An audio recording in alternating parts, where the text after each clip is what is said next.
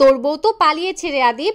আমার বাড়ির সমস্ত স্বর্ণ গয়না চুরি করে তোর বউ অন্য ছেলেকে নিয়ে পালিয়ে গেছে। শক্ত গলায় আদিবের বড় ভাই আকাশ বলল, দাঁড়িয়ে না থেকে থানায় চল আদিব, জিডি করে আসি। স্বর্ণগহনাগুলো তো ফেরত আনতে হবে আমাদের, নাকি? প্রবাস জীবনে দীর্ঘ ৩ বছর কাটানোর পর আজ বাড়ি ফিরেই এই অপ্রত্যাশিত ঘটনাটি ঘটে গেল আদিবের জীবনে। হাত থেকে সুটকেস পড়ে যেতেই আদিব সোফার উপর ধপ করে বসে পড়ল। আদিবের ভাবি রুমা তখন দাঁত কিরমিরিয়ে আদিবকে বলল, তুমি আবার এখানে ধপ করে বসলে কেন আদিব? তোমার বউ যে আমারও স্বর্ণগহনা নিয়ে পালিয়েছে, সেই ধারণা কি আছে তোমার? যে কোনো মূল্যেই হোক আমার স্বর্ণগহনা আমি ফেরত চাই। অসহায় দৃষ্টিতে আদিব রুমার দিকে তাকালো। আকাশ আদিবকে টানাটানি করে সোফা থেকে উঠিয়ে সদর দরজার দিকে অগ্রসর হতেই আদিব তার শরীর ঝাঁকি দিয়ে উঠে রাগী গলায় বলল, তোমরা কি মানুষ ভাইয়া? আমার অসহায়ত্ব, আমার ভেঙে পড়া মুহূর্তটা কি তোমাদের চোখে পড়ছে না? আমার ভেতরে যে কি বয়ে চলেছে আদৌ কি তোমরা বুঝতে পারছো? এই মুহূর্তে আমার শান্ত হওয়ার প্রয়োজন, কিছুটা সময়ের প্রয়োজন। আর তোমরা কিনা পড়ে আছো নিজেদের স্বর্ণগহনা আর স্বার্থ নিয়ে। মুখে চুনকালি মাখানো পতিতার জন্য কিসের এত ভেঙে পড়া তোর? এসব নাটক বন্ধ কর, থানায় চল আমার সাথে। আর একটু দেরি করে ফেললেই হয়তো আমরা নিজেদের স্বর্ণগহনা আর উদ্ধার করতে পারবো না। কি কখন থেকে তুমি কাকে পতিতা পতিতা করছো ভাইয়া? আইনত শিমলা এখন আমার ওয়াইফ। তাছাড়া তোমরা শুধু নিজেদের স্বর্ণগহনার কথা চিন্তা করছো। কই একবার তো ভাবছো না আমার শিমলা এখন কি অবস্থায় আছে? কি ব্যাপার আদিব? মনে হচ্ছে তুমি সিমলার পালিয়ে যাওয়ার সাপোর্টে আছো। কোথায় তুমি সিমলার প্রতি ক্ষেপে গিয়ে তার বিরুদ্ধে থানায় গিয়ে মামলা করবে? তা না, তুমি শুধু সিমলার পক্ষ নিচ্ছ। এমন তো নয় যে তুমি সিমলাকে স্বর্ণগহনা নিয়ে পালাতে সাহায্য করেছো। মুখ সামলে কথা বলুন ভাবি। বলতে গেলে আপনাদের অশান্তিতেই আমার বই বাড়ি ছেড়ে পালিয়েছে। এতদিন আমি তার মুখের কথা বিশ্বাস করতাম না, আজ করতে বাধ্য হলাম। রুমা ক্ষেপে তার শাশুড়িকে বলল, আপনি শুনছেন মা, আদিব কি বলছে? আমরা নাকি তার বউকে বাড়ি ছেড়ে পালাতে বাধ্য করেছি। পরকীয়া প্রেম শুরু করার পর থেকেই আমরা তোর বউয়ের সাথে খারাপ ব্যবহার শুরু করতে বাধ্য হয়েছিলাম আদিব। আর এসবই তোর বউ তোকে বানিয়ে বানিয়ে বলতো, আর তুইও অন্ধের মতো বিশ্বাস করে নিতিস। এখন এখানে দাঁড়িয়ে থেকে সময় নষ্ট না করে আকাশ যা বলছে তাই কর। আদিব আর কথা বাড়ল না। চোখ ভর্তি জল নিয়ে সে আকাশের সাথে থানার উদ্দেশ্যে রওনা হলো। আদিব ও আকাশ বাড়ি থেকে বের হয়ে যেতেই মিচকে হেসে রুমা তার শাশুড়িমাকে বলল, সুপারব মা, খুব ভালো অভিনয় করেছেন আপনি। এবার চলুন আমরা স্বর্ণগহনাগুলো চালের বস্তায় লুকিয়ে রাখি। দুজনেই বাঁকা হেসে স্বর্ণগহনাগুলো তাদের আলমারি থেকে সরিয়ে বেশ খাটাখাটুনি করে চালের বস্তায় লুকালো। হাত ছেড়ে নূরজাহান বেগম বললেন, জানি না সিমলা কোথায়, তবে এতটুকু জানি তার বাপের বাড়ি ও বোনের বাড়ি ছাড়া আর কোথাও যাওয়ার জায়গা নেই তার। জানি না পুলিশ তাকে কোথা থেকে ধরবে, তবে চুরির দায়ে এই যাত্রায় তার এ বাড়ি ফেরা বন্ধ হোক। আমরা আদিবকে এর চেয়েও ভালো জায়গায় বিয়ে করাবো মা, যে আমাদের কথা মতো উঠবে এবং বসবে, আমাদের মুখের উপর তর্ক করবে না। আমরা যাই বলবো তাই শুনবে। সিমলার প্রতি যা টান দেখলাম আদিবের, মনে তো হয় না আমরা এত সহজে আদিবকে সিমলার কাছ থেকে আলাদা করতে পারবো বলে। এ নিয়ে চিন্তায় পড়ে গেল রুমা এবং নূরজাহান। পুলিশের সহায়তায় টানা 2 ঘণ্টা পর সিমলাকে খুঁজে পাওয়া গেল তার বান্ধবীর হোস্টেল থেকে। সেখান থেকে আদিব তাকে সহি সালামতে বাড়িতে ফিরিয়ে আনল। সিমলা বাড়ি ফিরে আসতেই রুমা কড়া গলায় সিমলাকে বলল, হয়েছ তো এবার শান্তি সবাইকে হয়রানি করে। কই দেখি এবার স্বর্ণগহনাগুলো বের করো। কপাল কুঁচকে সিমলা বলল, এসব আপনি কি বলছেন ভাবি? আমি স্বর্ণগহনা কোথা থেকে বের করব? নূরজাহান বেগম রাগী গলায় বললেন, আমরা কি করে জানবো তুমি স্বর্ণগহনা কোথা থেকে বের করবে? যা কিছু নিয়ে তুমি এই বাড়ি থেকে বের হয়েছ তার সব ফেরত দাও। সিমলা আহাম্মক গলায় বলল, আমি আপনাদের সাথে ঝগড়া করে এক কাপড়ে এ বাড়ি থেকে বের হয়েছিলাম মা। এদিকে দেখি আপনারা আমার উপর চুরির মিথ্যা অপবাদ লাগিয়ে দিচ্ছেন। আকাশ বরবাদী গলায় বলে উঠল, মিথ্যে না সত্যি তা তো পুলিশ এসে বের করবে, মামলা তো করে এসেছি তাই না? আদিব উঁচু গলায় আকাশকে বলল, কিসের মামলা ভাইয়া? পুলিশ তো সিমলার ফ্রেন্ডের হোস্টেল থেকে সার্চ করে কিছুই পায়নি। তুমি একা মুখে কিছু বললে তো হবে না। আমার বউ নিষ্পাপ আমি জানি। যদি আমার বউয়ের মনে কোনো খারাপ উদ্দেশ্য থাকতো তবে আমার বউকে তার বান্ধবীর হোস্টেলে পেতাম না, পরপুরুষের সাথে পেতাম। সিমলা শক্ত গলায় তার শাশুড়িমাকে বলল, আমাকে মিথ্যা চুরির দায়ে ফাঁসানোর জন্যই কি আপনারা আমার সাথে ইচ্ছাবশত ঝগড়া করেছিলেন মা? এই ছিল আপনাদের মনে? রুমা রেগে মেগে সিমলাকে বলল, মুখ সামলে কথা বলো সিমলা। কারো স্বাদ নেই নিজেদের স্বর্ণগহনা লুকিয়ে অন্যের ওপর দোষ চাপানোর। তোমার সাথে আমাদের এমন কোনো শত্রুতা নেই যার কারণে আমরা এসব করতে যাব। আমি তো বলিনি ভাবি আপনারাই নিজেদের স্বর্ণগহনা লুকিয়েছেন। আপনি তো নিজের মুখেই নিজেদের কুকীর্তি স্বীকার করলেন।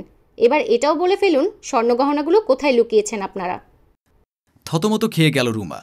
নূরজাহান বেগম গলা ছাকিয়ে বললেন, নিজের দোষ আমাদের উপর চাপিয়ে দিও না শিমলা।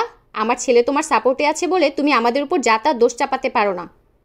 শিমলা অট্ট হেসে আদিবকে বলল, আমাকে কিছুক্ষণ সময় দাও আদিব, আমি খুঁজে দিচ্ছি মা এবং ভাবি কোথায় স্বর্ণগহনাগুলো লুকিয়েছে। আদিব অনুমতি দিল। রুমা শুকনো ঢোক গিলে নূরজাহান বেগমের কানে কানে বলল, চালের বস্তার মুখটা ভালোভাবে লাগিয়েছেন তো মা? লাগিয়েছিলাম তো। আমরা মনে হয় শিমলার পিছনে লেগে ভুল করেছি মা। এই মেয়ে যা ধূর্ত। চুপ থাকো, দেখো না কি হয়। ইতিমধ্যে শিমলা নূরজাহান বেগমের মুখোমুখি দাঁড়িয়ে নূরজাহান বেগমের কাপড়ের আঁচল ছেড়ে বলল, ইস, তাড়াহুড়োয় মা হয়তো কাপড়ের আঁচল থেকে চালগুলো ঝাড়তেই ভুলে গিয়েছিল। কাপড়ের সুতোর সাথে কেমন চালগুলো নিখুঁতভাবে আটকে আছে। একেই হয়তো বলে উপরওয়ালার লীলা খেলা। কলিজা মোচড় দিয়ে উঠল নূরজাহান বেগম এবং রুমার। শিমলা বাঁকা হেসে সোজা রান্নাঘরের দিকে চলে গেল। শিমলার পিছু পিছু উপস্থিত সবাই রান্নাঘরে গেল। নতুন চালের বস্তাটার মুখটা খোলা। আদিবকে ডেকে শিমলা বলল, একটু হেল্প করো তো আদিব, বস্তা থেকে চালগুলো ফ্লোরে ঢালতে হবে। রুমা উঁচু গলায় বলে উঠল, না, বস্তার চাল ফ্লোরে ঢালা যাবে না, চালগুলো নোংরা হয়ে যাবে। তাছাড়া এসব খামোকা কাজ বাড়ানোর ধান্দা, কাজের কাজ তো কিছুই হবে না।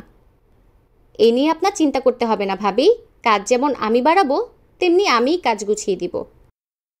আদিব ও শিমলা মিলে চালের বস্তার চালগুলো ফ্লোরে ঢালতে গিয়েও থেমে গেল।